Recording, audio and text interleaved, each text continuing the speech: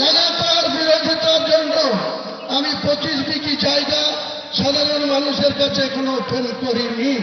শুধুমাত্র 3 কাঠা জায়গার উপরে, আমার ট্রাস্টির জায়গার উপরে এত বিরোধিতা সত্ত্বেও আমরা আজকে ভিত্তি স্থাপন করছি।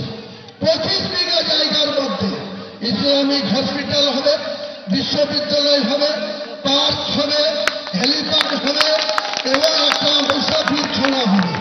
এটা পূর্ণাঙ্গ রূপ দিতে যত কোটি টাকা খরচ হোক, মুর্শিদাবাদ সহ প্রচুর মানুষ আর্থিক সহযোগিতা করবে। পাশাপাশি আপনাদেরকে খুশির খবর, নাম করতে তিনি নিষেধ করেছেন।